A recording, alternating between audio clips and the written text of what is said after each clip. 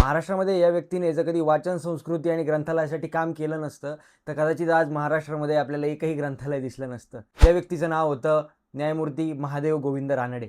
Just माहितीसाठी सांगतो, महाराष्ट्रामध्ये वाचन संस्कृती आणि ग्रंथालय चळवळीचा पाया जर कोणी रचला असेल तर तो न्यायमूर्ती रानडेंनी रचलाय. आता आपल्याला कदाचित प्रश्न पडू शकतो की न्यायमूर्ती रानडेंनी ही वाचन संस्कृती जपण्यासाठी नेमकं काय काय केलं.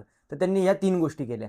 पहिलं म्हणजे त्यांनी 1894 साली म्हणजेच 1894 मध्ये डेक्कन व्हर्नॅक्युलर ट्रान्सलेशन सोसायटीची स्थापना केली. पुढे या सोसायटीचं महाराष्ट्र ग्रंथोत्तेजक संस्था म्हणून नामकरण करण्यात आलं.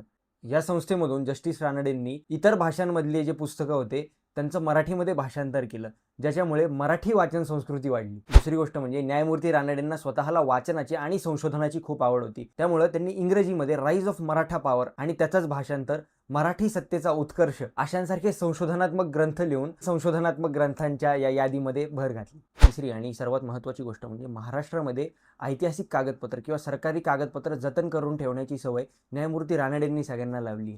त्यालाच आपण आता आर्काइव्ह्ज म्हणतो. या आर्काइव्ह्जला मराठीमध्ये काय म्हणतात ते तुम्हाला माहिती असेल तर कमेंटमध्ये नक्की सांगा. ही रील जर आवडली असेल तर नक्की लाईक करा, कमेंट करा आणि जस्ट माहितीसाठी तुमच्या पुस्तकप्रेमी मित्रांसोबत नक्की शेअर करा.